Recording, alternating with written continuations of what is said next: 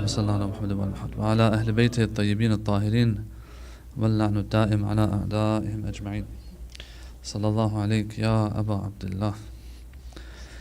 Last night we started a little topic about some of the general guidelines we have in the Quran that apply to these practices that we have, these rituals that we have, these majalis that we inshallah uphold.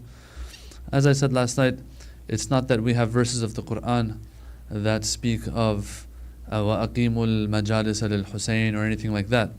The same way we have verses that say أَقِيمُوا الصَّلَاةِ. We don't have such verses. But this whole point was I was trying to make this whole point of how a lot of times when it comes to the practices that we have, we will rely on certain general guidelines of the Quran and hadiths in this regard. Now, without a doubt, we have so many hadiths in regards to keeping alive, retelling and recounting the story of Imam Hussein alayhi salam, obviously.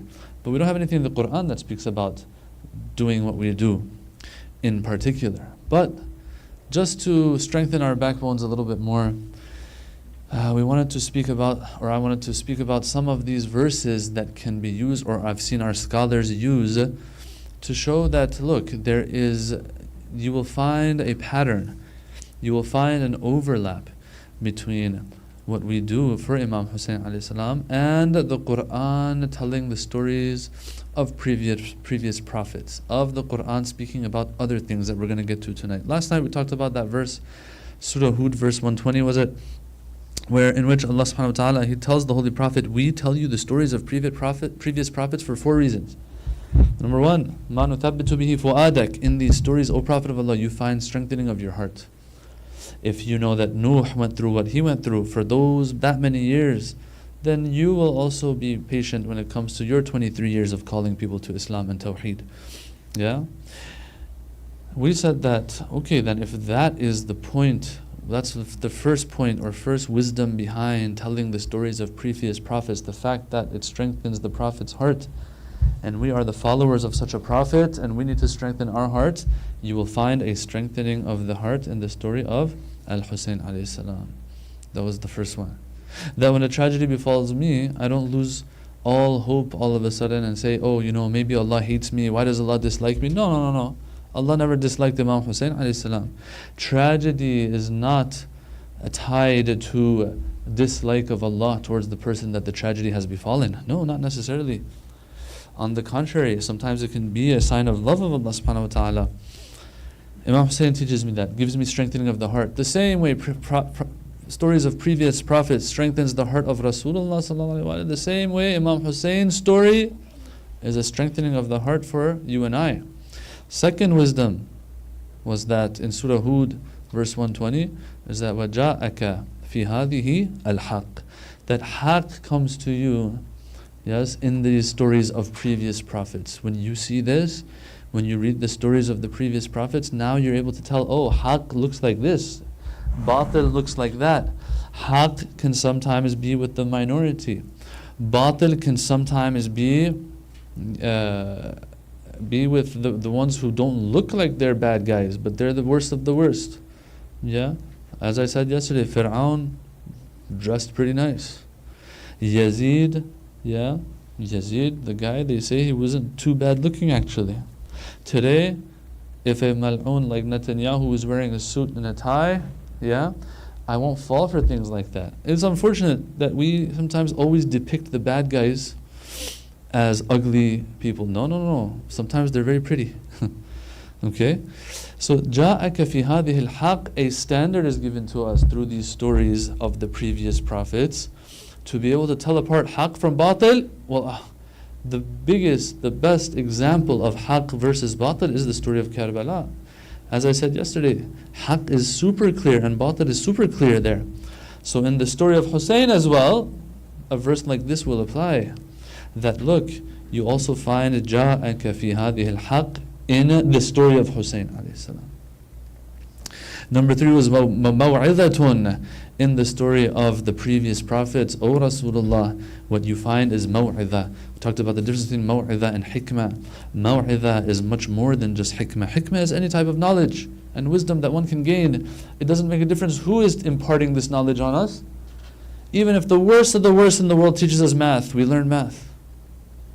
But that is a hikmah that we get versus hikmah meaning knowledge versus maw'idah. If the worst of the worst comes to me and says, brother, don't sin, it's not good. I'm like, look at you, you are a sin incarnate. It has no effect on me what you say. Versus a very pious individual who I know their whole life is an embodiment of taqwa and piety.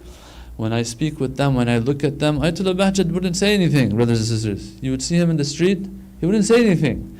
But you would go and just look at him, it would have an effect on you. The guy wouldn't say anything and have an effect, let alone if he talks to you about something. How much of an effect can it have? This is maw'idah. Maw'idah has to do with the heart. Hikmah has to do with the intellect and the mind. And so the verse says, in the stories of previous prophets, you find maw'idah, that which gets you off your back, gets you motivated, gets you moving. Not that you just gain knowledge. It's more than that. Well, in the story of Hussein alayhi salam, I don't even have to talk about how much it's motivating for everybody. Muharram comes, all of those who were lazy about, I don't know, going to masjid or doing salat or anything like that, all of a sudden, Imam Hussein brings them in. The worst of the worst, so to speak, might show up for this. They might not show up throughout the year though. Yeah, so there's a maw'idah in the story of Hussein, obviously. وَذِكْرَى لِلْمُؤْمِنِينَ was the fourth one. A reminder, have you noticed how every year we talk about Imam Hussein's story? We talk about Imam Hussein's story, but it's okay if it's repetitive. Why? Because motivation is like that. Because the message Allah wants to get across to us is so important that it has to be repeated. The same way Prophet Musa's story is repeated again and again. Prophet Musa's story is repeated again and again. Why? Because Allah doesn't tell stories just for the sake of telling stories. Allah tells stories to get us moving, for us to take heed and lesson from the mistakes of Bani Israel. Correct? And so on and so forth. That was one of the verses that one can use not to prove to non-Shi'as what we're doing is right. Oh, it falls under this category. We said we don't care about others right now. We care about ourselves. Yeah, if others want to join, they join. If they're not, then that there's another place to talk about polemics and stuff. We want to gain a stronger backbone ourselves. That's why we're going to the Quran for these matters. Otherwise, we have hadith for this as well. The hadiths are very specific here. They say, weep for Imam Hussein, remember Imam Hussein, tell the story of Hussein. But when you have an understanding of the Quran as well, and how the general guidelines of the Quran are also applicable to this story, it just gives us a lot more motivation, inshallah. Sallu ala Muhammad wa ali Muhammad. So that was one verse, Surah Hud, verse 120. But we have two more verses, inshallah, that I want to discuss tonight, inshallah. The first one is Surah Shura, verse 23. And this is one that is interesting. Why? Because we have a sentence, we have a line that prophets in the Quran have mentioned again and again. And using the same wording, at least the Quran quotes it with the same exact wording. Okay? When you do something for somebody, brothers and sisters, we usually ask for compensation. We ask for a reward, an ajr, if you may. Okay? We ask for ajr. Alright, if we're asking for ajr, that will be the compensation for what we've done. Alright. The prophets, they did what they needed to do. Did they ask for something in return or not? They never asked for something in return. The Quran quotes the prophets saying this, قُلْ لَا أَسْأَلُكُمْ عَلَيْهِ أَجْرًا, that, O prophets, tell the people, لَا أَسْأَلُكُمْ عَلَيْهِ أَجْرًا, I don't want anything in return for what I've done for you. إِنْ أَجْرِيَ إِلَّا ala Rabbil Alameen, or ala Allah. Yeah, something like that. هیچی معلوم نیست بندگان خدا. صلوا على محمد وآل محمد. اللهم صل على محمد وآل محمد. Yes. اللهم صل على محمد. قُلْ لَا أَسْأَلُكُمْ عَلَيْهِ أَجْرًا, I don't ask for anything in return. O prophets, tell the people this. So Nuh is quoted, I don't know, Ibrahim, whoever else of the prophets are quoted with this wording. Okay? With this wording. That I don't want anything in return. Our Prophet has also been told by the Quran to say the exact same thing to the people. قُلْ, tell the people, لَا أَسْأَلُكُمْ عَلَيْهِ أَجْرًا, I don't ask for anything in return. Ajr means compensation, something in return. I don't ask for anything in return except one thing. All of a sudden, there's a difference between our Prophet and previous prophets. Yeah, some of you have heard this point before. That the Quran tells the Prophet, I want you to have a compensation for what you are doing for the people. You're like, wow, so how much did the Prophet ask for? Yeah, what was his hadiyah? But the answer is, قُلْ لَا أَسْأَلُكُمْ عَلَيْهِ أَجْرًا إِلَّا الْمَوَدَّةَ فِي الْقُرْبَى. So, when you do work for somebody, and you are entitled to an ajr, ajr is your haqq now. If someone asks me to do something, and I do that work for them, okay, I gave them my time, my energy, they now owe me compensation, it's my haqq. That ajr is my haqq now. Can they say, oh, you know what, just let's not give it to you? Obviously not. Alright. So if it's an ajr, that means it's not my haqq anymore, it's that person's haqq that I owe it to. So if the Prophet says, I want an ajr, that means that's my haqq now. There's no way out of it. قُلْ لَا أَسْأَلُكُمْ عَلَيْهِ أَجْرًا. Tell them, that I don't want any ajr from you. I just want one thing though. I do want something, but it's not monetary. What is it? Al-mawaddata fil qurba. This family of mine, these descendants of mine, I want you to have mawadda towards them, love towards them. O Prophet of Allah, is there a discount here? Can we negotiate a little bit? This is my ajr. That means it's my haqq. It's not your haqq anymore. Okay. So this verse is very interesting in the point that I had mentioned, that all the previous prophets have the exact same wording, but they don't make any exception. I don't want any ajr. My ajr was with Allah subhanahu wa ta'ala. But in this case, it says, our ajr, the Prophet says, my ajr is only one thing. I don't want anything but one thing. Mawadda fil qurba. Alright, here our scholars have explained. What are the ways that we can show love to the Ahlul Bayt alayhimus salam? Well, one of them obviously is to have their love in our hearts. Okay, that's what mawadda is, obviously. But if you want the more complete versions or the better examples of mawadda, what are they? If I really love somebody, well, I listen to them. Yeah. If I really love somebody and what they stand for, I will push their cause as well, won't I? I will teach their teachings and so on. I will remember them, especially if they want me to remember them. So, this verse all of a sudden takes on another meaning for us when it comes to the majalis. Not that it has a different translation. The translation is obvious. The translation says the Prophet wants us to love his Ahlul Bayt. But does it explain how to show love? It doesn't. They've left it to us. And so we will use any means we can. One person makes posts on social media to show their love. MashaAllah, it's great. Just please, yes, we have to be, never mind. That is one way that some will do it. Some will go and learn the knowledge of the descendants of the Holy Prophet and disseminate that. Yes, some will be reciting for the Ahlul Bayt. In addition, obviously, to knowing how to recite Quran. It's not fair to the Shi'i school of thought for us to be known for only reciting Noha, and then the Sunnis being known for reciting Quran. No, we recite Quran and Noha. Just yesterday, I don't know which lecture, some lecturer I was listening to, he said this, and this is something that you hear here and there, and I personally say this all the time too. How was Muslim ibn Aqil arrested in Kufa? He was hiding. How did they find him? They sent a spy in. How did the spy know where to go? He didn't know where to go. But they had told him, go to the masjid of Kufa, look and see which one prays the most, which one recites Quran the most, which one is more religious. That is going to probably be a Shia of Hussein. And he will know where Muslim Aqil is. This person comes, he says, I saw someone in the corner, more religious than the rest, reciting Quran more, praying more. Guess who that was? That was Muslim ibn Awsaja. Muslim ibn Aqil's cover was blown by the fact that someone was able to figure out who the Shia in this place is, those who are the followers of Al-Hussein, by the amount of Quran this person can recite, the amount of namaz this person does. This is how a Shia is identified.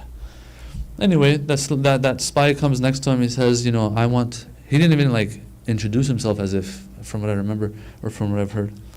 He's like, I want to be part of this movement. I want to give bay'ah to Muslim al-Aqid and stuff like that. To Muslim al-Awsajah. Muslim al-Awsajah trusts him and he falls for that trick. Okay, he's not ma'soom at the end of the day. Point being, though, is that they identify the Shia like this. Nowadays, if you want to identify the Shia, it might not work that way. Yeah? Anyway, what was I even saying? إِلَّا الْمَوَدَّةَ فِي الْقُرْبَى. I love the Ahlul Bayt, so I'm going to know everything about them. I'm going to do everything that has to do with them to show my love. Okay? This verse becomes a reason for these majalis as well, because this is also a form of showing love. So, the previous verse we had, strengthening of heart. Truth becomes apparent from falsehood. Maw'idha, reminder, and so on. Dhikra lil mu'mineen. Number 5, this is a way of showing love to the Ahlul Bayt alayhim salam. At the end of the day, when the Prophet says, إِلَّا الْمَوَدَّةَ فِي الْقُرْبَى, yeah, does that mean just in my mind, just that's it? No. Any form of mawadda falls under this category. This is not mawadda. I mean, you guys could have been somewhere else right now. We didn't have to spend so much time and energy and money on these things, but we do. Why? This is also one of the reasons. It falls under the category of al-mawadda fil qurba, remembering him, mentioning his name, putting his name on our children, so that inshallah they're followers in his footsteps, and so on and so forth. Sallu ala Muhammad wa ali Muhammad.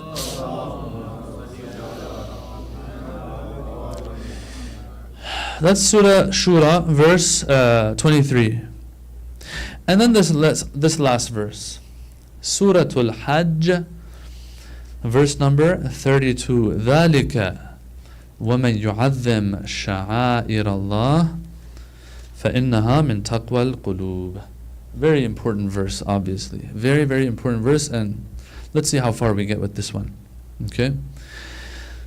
Sha'airullah. Let's break this thing down, this verse down. Sha'air, okay, means sacraments. Sha'air is the plural of sha'ira, which means sacraments. Alright. We all know that in any religion there will be things that are very sacred, that we have to sanctify and glorify. Those will be the sacraments of the religion.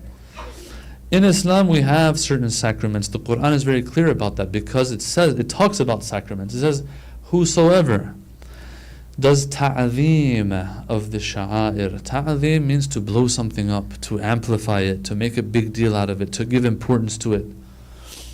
وَمَنْ يُعَظِّمْ شَعَائِرَ اللَّهِ. Whoever does this when it comes to the sacraments of Allah, this is part of taqwa al-qulub.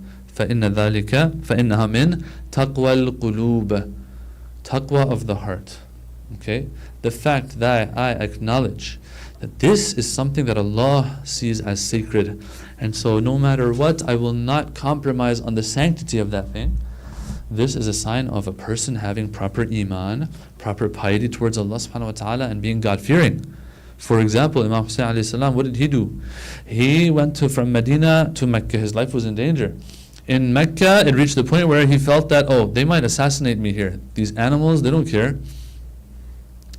And so he had to choose between staying in Mecca and taking cover, let's say, in the Kaaba, so that what happens? Yeah, so that maybe he's protected, but there's also a big chance that his blood will be spilled where? In Masjidul Haram, next to the Kaaba. He said, no, the Kaaba is one of the sha'airullah. We're not allowed to compromise the sanctity of the Kaaba. He left. In which, let's open a parenthesis, brothers and sisters, that at the end of the day, wherever the satisfaction of Allah is, that place will become sacred. Imam Hussein taught us that. He could have acted all spiritual and stuff, and been like, you know what, I want to die next to the Kaaba, even if it means my blood is spilled here and fighting happens and all that kind of stuff. He said, no, I'm going to go somewhere else. I'm going to go. Where are you going? Well, let's go towards Kufa. And then they intercepted him. Where are you going? We're in the desert somewhere. Yes, I'm in the desert somewhere. But he taught us that if we do what we need to do, yeah, Allah will do His part. Now Karbala is up there, yeah, up there next to places like Mecca, up there next to places like Madinatul Rasul. Obviously, when I say up there next to, Mecca is the greatest place in Islam. There is nothing close to the Kaaba. Imam Hussein taught us that himself. But what the point I'm trying to make is this: that in the middle of nowhere, Imam Hussein dies there, and Allah's satisfaction is there, and that's why all of a sudden Karbala becomes as if another Masjid al-Haram. Wherever Allah is good. Wherever Allah is not good. The satisfaction of Allah wherever it is good. La masjidun ussisa ala taqwa min awwali yawm. The Quran says if a masjid is built based on taqwa, it's much better than another masjid that's a masjid dirar that people are just taking advantage of and using for malicious purposes. Imam Hussein teaches us, that even if you go somewhere far away, some of us would think, I want to make sure I get buried next to like an imam. And then that I'm set, inshaAllah. No. Be buried, leaving this dunya with the satisfaction of Allah. Doesn't matter. Pass away in a place that no one cares about, like Austin. Alright? Yeah? Doesn't matter. If I leave this world with taqwa, Allah's satisfaction is with me, it doesn't matter. You know who's buried next to Imam al-Rida alayhi salam? Who's buried next to Imam al-Rida? Harun al-Rashid, la'anahullah. Is that going to help him? It's not going to help him. You get buried in the best of places, but Allah's satisfaction is not there. It doesn't matter. You and I have to understand what's the active ingredient in our felicity and salvation. It is how much we obey Allah subhanahu wa ta'ala. Even if I'm here, wherever I am. We need to stop trying to find some shortcuts. Oh, I want to do a sadaqah jariyah. Okay, sadaqah jariyah is good. But that is a supplement at the end of the day. Let's have the real deal, which is the taqwa. And the rest, even if someone leaves this dunya without a sadaqah jariyah, but they have taqwa in this life, they're better off than a person who was worried about later on, and they're like, let me figure this out, let me build a school here, do that. But they, when it came to their own personal life, haram left and right. Alright, these are the teachings of the Quran. It's not my thing. Taqwa al-qulub. Alright, Imam Hussein taught us that. So the Kaaba for him is super sacred. Why? It's one of those sacraments. It's one of the sha'airullah, the Kaaba. But question, this Kaaba that is so sacred, what is it really? If you look in Nahj al-Balagha, Imam Ali is very clear about it. He says Allah tested the people with this Kaaba and the Hajj. Why? He put it in the worst of places. Think about it. It's just a black cube at the end of the day. And bricks and stone, really. There's nothing special about the Kaaba in and of itself. The fact that it is associated with Allah subhanahu wa ta'ala and the prophets of Allah subhanahu wa ta'ala from Prophet Adam's time. And then they say it got destroyed in Nuh's time, and then Prophet Ibrahim rebuilt it, etc., etc. All of this brings sanctity to the Kaaba. So the Kaaba, brothers and sisters, is one of the sha'airullah. It's sacred. No matter what, it has to be preserved, the sanctity of it. Another example, the Quran itself says this. Inna Safa wal Marwata min sha'airillah. Safa and Marwa are one of the sha'airullah. So that verse lets us know this is one of the sha'air. If it's one of the sha'air, the other verse that we started with applies to it. وَمَنْ يُعَذِّمْ شَعَائِرَ اللَّهِ فَإِنَّهَا مِنْ تَقْوَى الْقُلُوبِ. If you can establish that something is the sha'airullah, this verse applies. That whosoever gives importance to, honors, glorifies the sha'airullah, this is taqwa al-qulub. Alright, so Safa and Marwa are the sha'airullah. Whoever gives them importance, that verse applies to them. Okay, question. This sha'airullah, Safa and Marwa, what are they in reality? Safa and Marwa, all they are really is just two little hills. That's all they are. Nothing special about them in and of themselves, except that this was a place where a test of Allah was passed. What is that test? Ibrahim alayhi salam drops off Hajar and Ismail over there, and some say even, we have hadiths for this, that Ibrahim, when he dropped them off as a test and has to leave them in the barren desert and go, he's not even allowed to get off of his horse to at least hug them goodbye. Think about it. You know you're leaving someone that you really love, and let's just say they're very ill. There's a chance that you will never see them again. They might pass away. I'm coming back from Iran, Pakistan. One of my relatives I know is very ill, and I'm seeing them for the last time. At least I want to bid them farewell properly, right? Give them a hug. Allah's test was, Ibrahim, you can't even get off your horse. But my wife, my children, my child, what's going to happen to them? Doesn't matter. This is the rule. This is the order right now in command that you have to fulfill. And so a test of Allah was passed there, to the point where Hajar, we all know the story, goes between Safa and Marwa 7 times, and she keeps thinking that there's water and it's just a mirage. But before you know it, guess what happens? Zamzam comes. And before you know it, others come, because whenever there's water, people will come. And then before you know it, there's a civilization born over there. Ismail is there. He grows up there. Ibrahim every now and then will visit, come and go. They built the Kaaba and everything. And now it is the most important point of the earth for us as Muslims. Safa and Marwa, in and of themselves, nothing special about them. 2 hills. But the association with Allah, the association with the satisfaction of Allah, the fact that it reflects the submission of Ibrahim and his family towards Allah subhanahu wa ta'ala makes it very special, to the point the Quran says, إِنَّ الصَّفَا وَالْمَرْوَةَ مِنْ شَعَائِرِ اللَّهِ. Okay, if they are sha'a'ir-illah, the other verse that says whoever gives importance to sha'a'ir-illah, this is taqwa al-qulub, applies. Alright, we're doing a little bit of fiqh here. Okay. Moving on, brothers and sisters. If that's not enough, the Quran says, وَالْبُدْنَا جَعَلْنَاهَا مِنْ شَعَائِرِ اللَّهِ.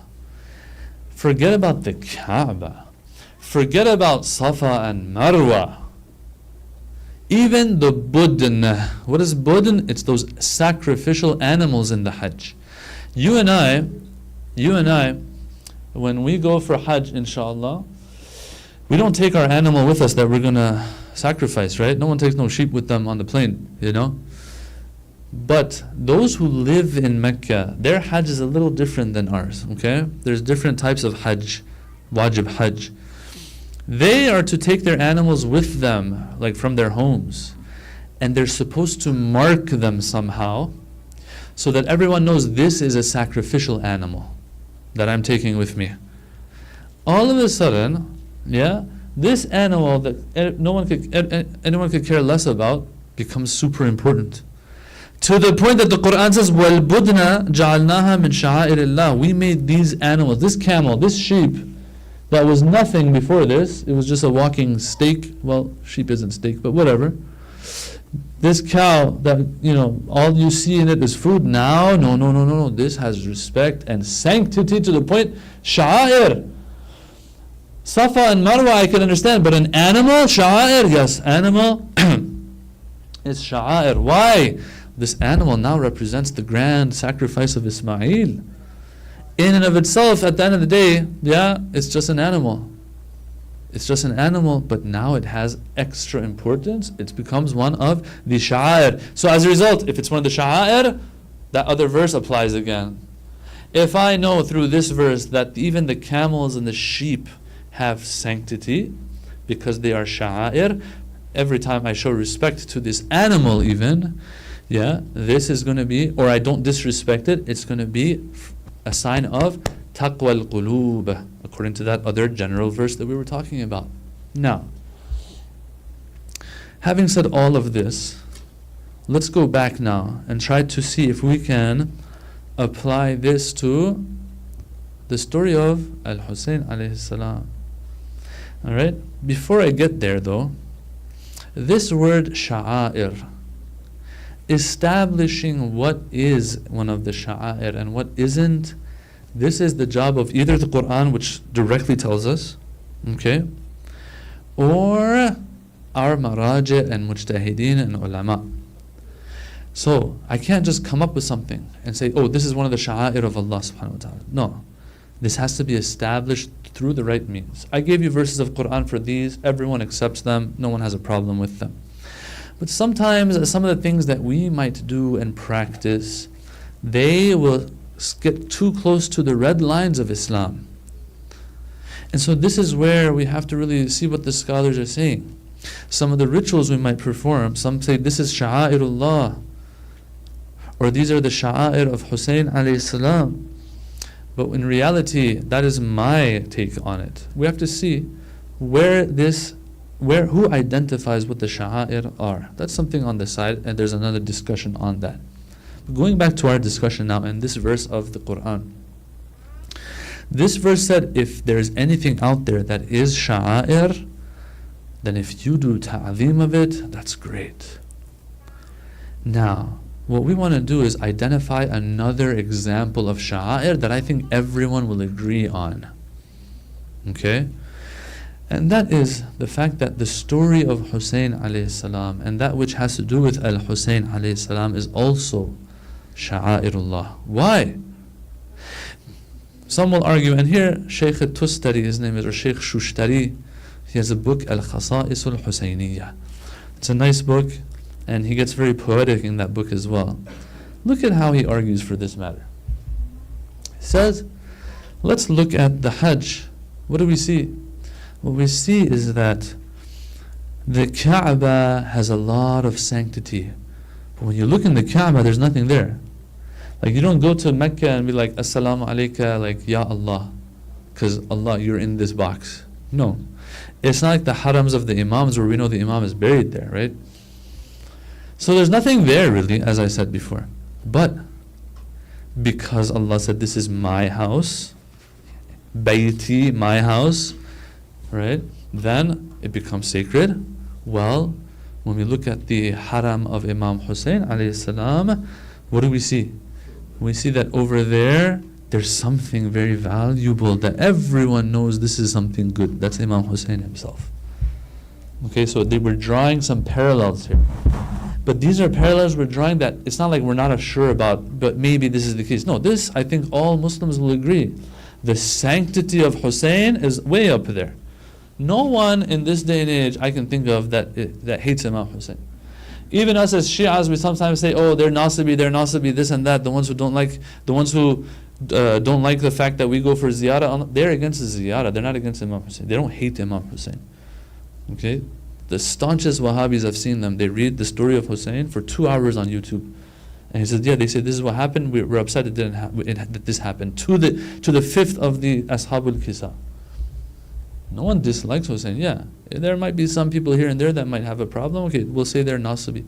Just because someone's not in Shia, though, we're not going to call them Nasibi. Imam Hussein, like, we don't need to bring down the Imams just so we can call others out. No. We make sure to let the world know everyone respects Hussein. Okay? Now, because Imam Hussein is that sacred, the Kaaba, that in and of itself, really didn't have anything according to Nahj al-Balagha, but still, because it's associated with Allah, it's so special. The haram of Imam Hussein, of course, is going to be, in a sense, of the Sha'airullah, because it has someone there that even if you don't believe he's an Imam, you know that this is the one the Prophet loved so much. Husaynun minni wa ana min Husayn. It's as if the Prophet is there. How sacred is that? Brothers and sisters, if the Kaaba, forget the Kaaba, we're talking Safa and Marwa. The Quran says is min sha'airillah.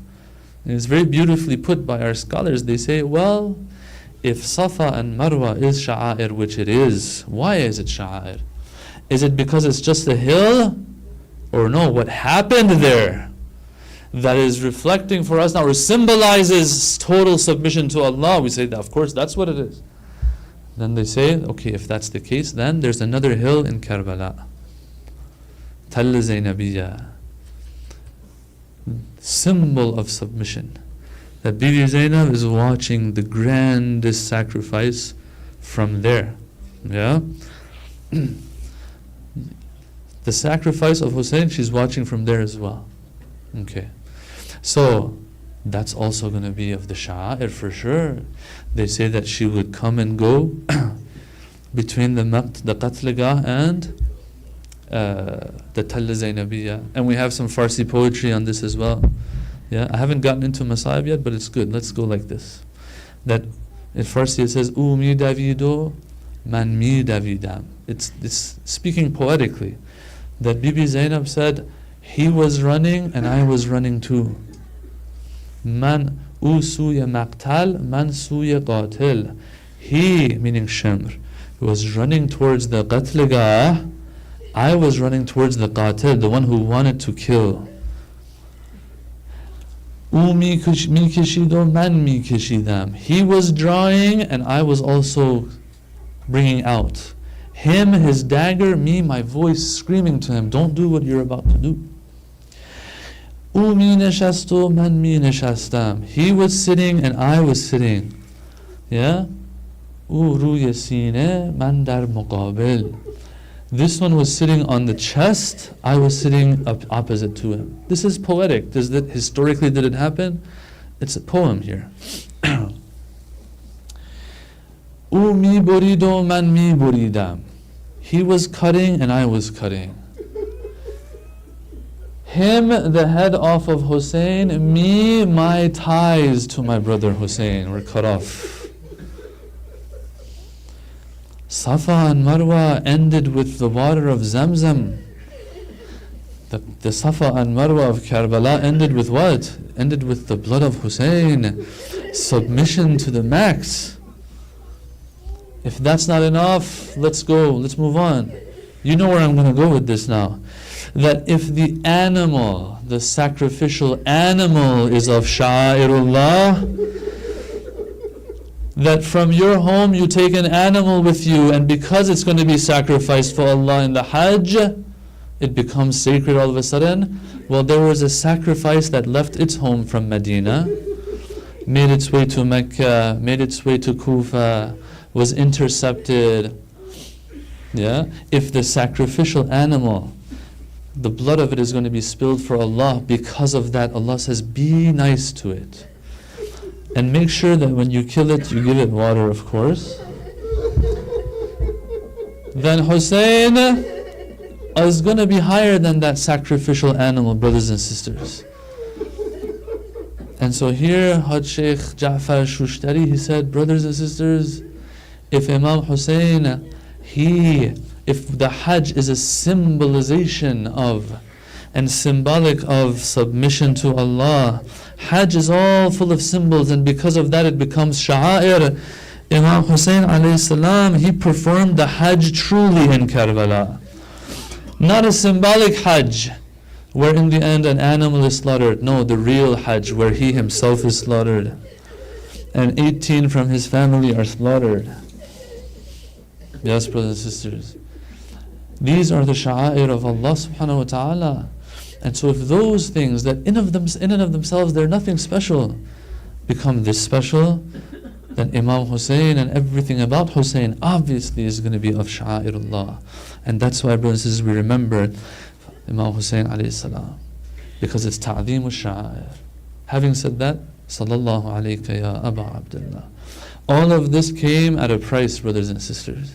It didn't come for free, no. A price had to be paid by the Ahlul Bayt alayhimus salam these days that they enter Sham. It says that a person by the name of Minhal bin Amr, he saw Imam Sajjad in Sham. He says, how are you doing? The Imam says, how do you think a prisoner of Yazid will be? You're asking me how I'm doing while you know I'm the prisoner of Yazid. You know a prisoner of Yazid is going to have a very, very hard time. And so according to some accounts, he said when they asked him, how hard was this trip? Which part was the hardest? Ash-Sham, Ash-Sham, Ash-Sham. The most innocent souls. That young little girl that's buried there and we left behind. Yes, how the Ahlul Bayt suffered as prisoners of Yazid as they were paraded through the streets of Kufa and Sham. I just want you to put yourselves in the place of those little kids who don't know what's going on. They just know that before this, there was a beautiful Abbas and Ali Akbar that would take care of them. Now everyone is yelling at them, pushing them, dragging them, abusing them. And so it says that Imam Sajjad is quoted to have said that they put the heads of the shuhada among the camels of the women. They kept the heads of Imam Hussein and Hazrat Abbas in front of my aunt Zainab and Kulthum, and the heads of Ali al-Akbar and Qasim before my sisters. I don't see this as being far-fetched. It says they would sometimes play with the heads and they would fall from the spears onto the ground, they would roll under the feet of the horses and the camels.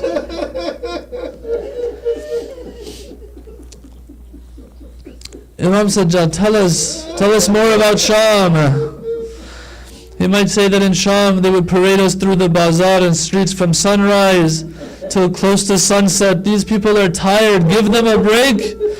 No, you have to march through every alley and street of Sham, and the people would be singing and making music, adding insult to injury, while the ones parading us would call out to the people of Sham, "Oh people, kill these people, for they have no respect in Islam." What are you talking about? This is Ahlul Bayt. This is Al-Qurba that the Quran speaks about.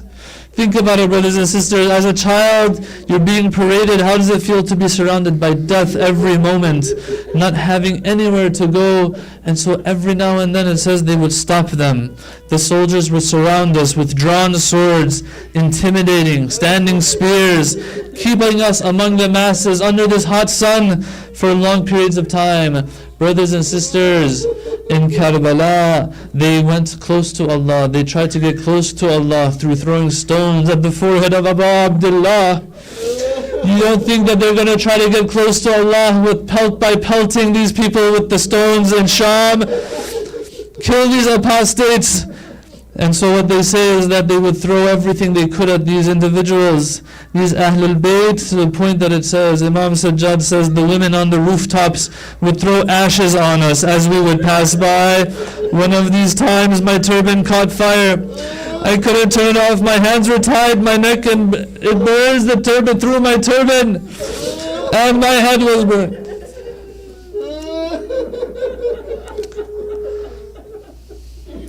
لا أضحك الله سن الدار إن ضحكت وآل محمد مظلومون قد قهروا ألا لعنة الله على القوم الظالمين وسيعلم الذين ظلموا أي منقلب ينقلبون والعاقبة للمتقين. يا حسين يا حسين يا حسين يا حسين يا حسين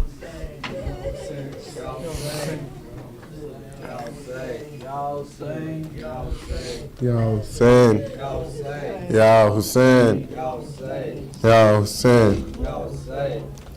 Sakina उठो मेरी जान उठो रिहाई मिली चलो घर चले सकीना उठो मेरी जान उठो रिहाई मिली चलो घर चले ये करती थी माँ लहद पर बुका मेरी लाडली चलो घर चले सकीना उठो मेरी जान उठो रिहाई मिली चलो घर चले सकीना उठो मेरी जान उठो रिहाई मिली चलो घर चले यहाँ से चलो चले करबला वहीं पर तुम्हें मिलेंगे चचा सितम जो हुए बताना उन्हें दिखाना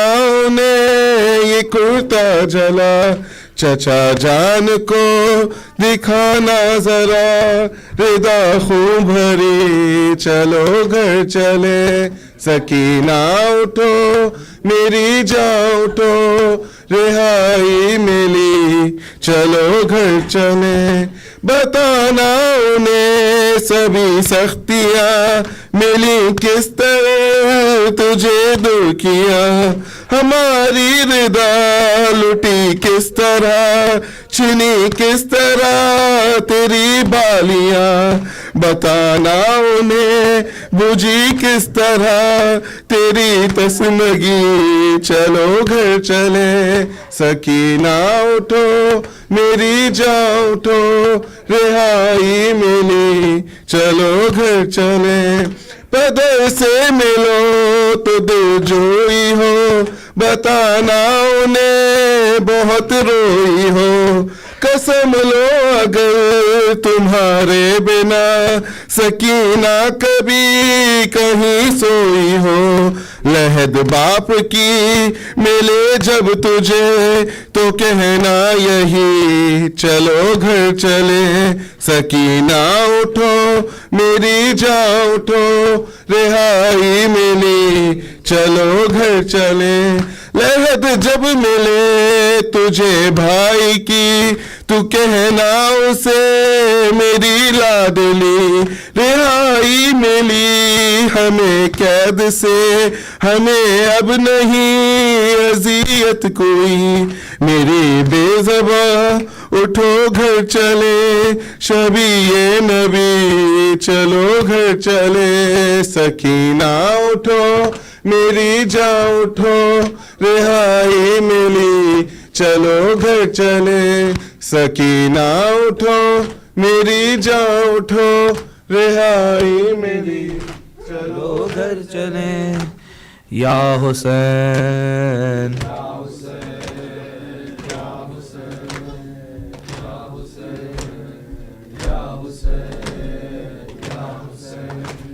शाम हो गई,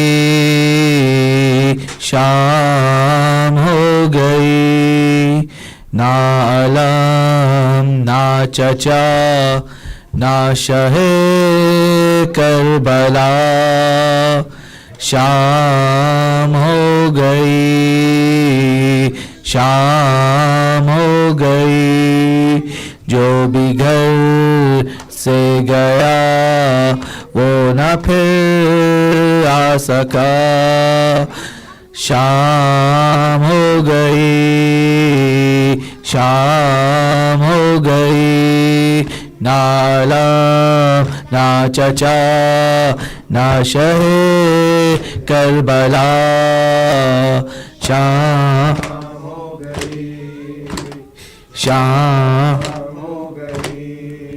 पानी लेने गए देर कितनी हुई, दिन ढला चचा शाम गम आ गई, खुश्क है ए चचा मेरा अब तक गला, शाम हो गई, शाम हो गई, ना अलम ना चचा ना शहे करबला, शाम हो गई, शाम हो गई, राहत कहती रही शिद्दते प्यास में, कट गया दिन इसी आस ही आस में, कोई या नहीं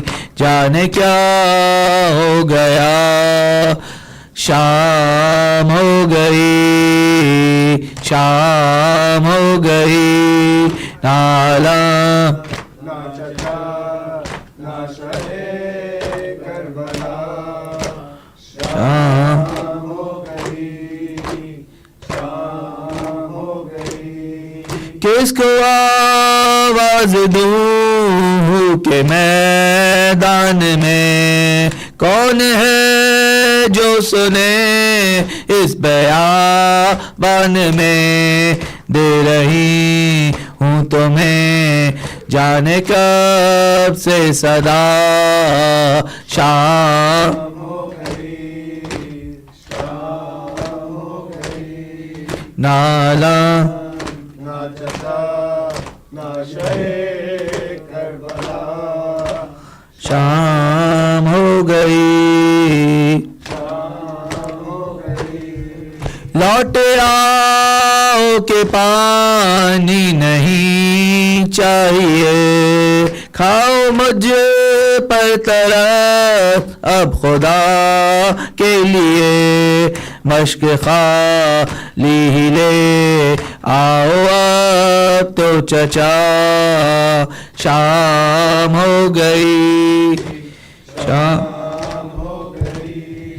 ना अलम ना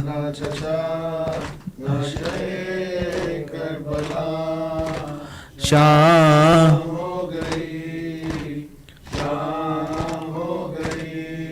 लो चचा सूए जिंदा चली गमज़दा अलविदा अलविदा ए क़तील जफ़ा लीजिए आपसे हो रही हूँ जुदा शाम हो गई शाम हो गई ना अलम ना चचा ना शहे करबला शाम हो गई पारे दीगर सलावत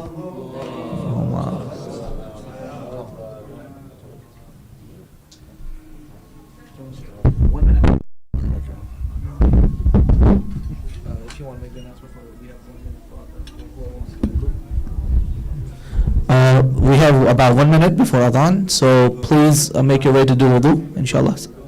Salawat.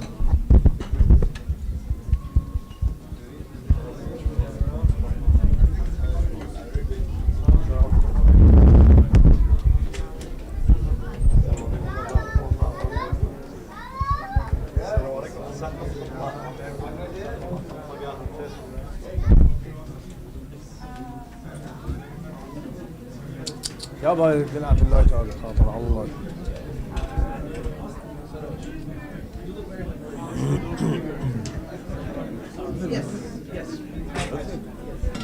لا بعد هذا غثني هذا الطويل هذا عفوا عفوا ايش عليه طفل أذن يا أخوي هذا والله والله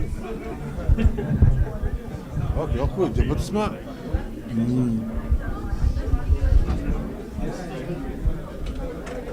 شوي تبغى لا هو الدنيا أذن والله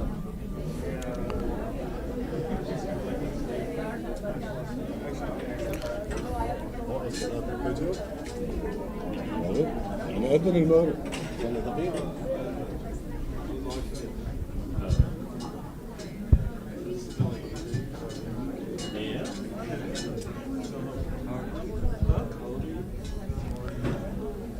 إن الله وملائكته يصلون على النبي يا أيها الذين آمنوا صلوا عليه وسلموا تسليما سبحان الله والحمد لله ولا إله إلا الله والله أكبر ولله الحمد الله أكبر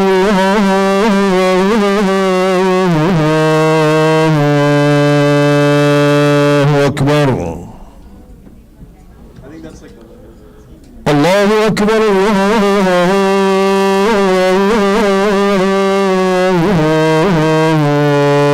الله أكبر أشهد أن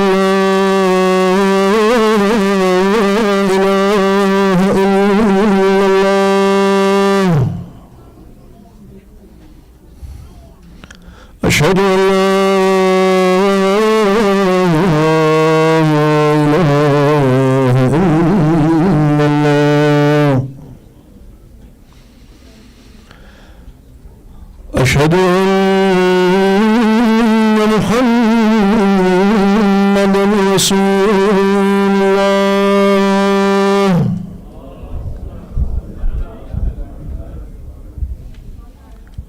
أشهد أن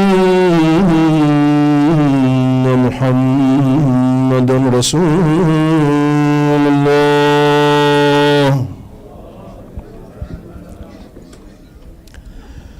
أشهد أن أمير المؤمنين عليا ولي الله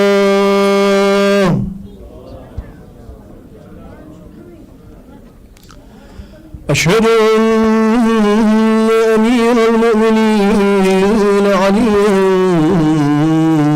وأولاده المعصومين بالحق حجج الله صلوات الله وسلامه عليه أجمعين.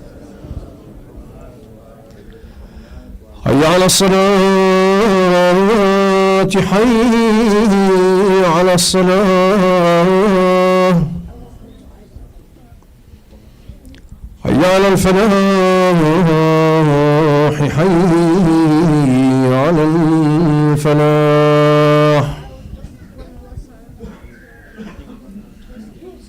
حي على خير العمل حي على خير العمل. الله أكبر الله أكبر لا إله إلا الله لا إله إلا الله. وصلى الله على نبينا محمد وآله الطيبين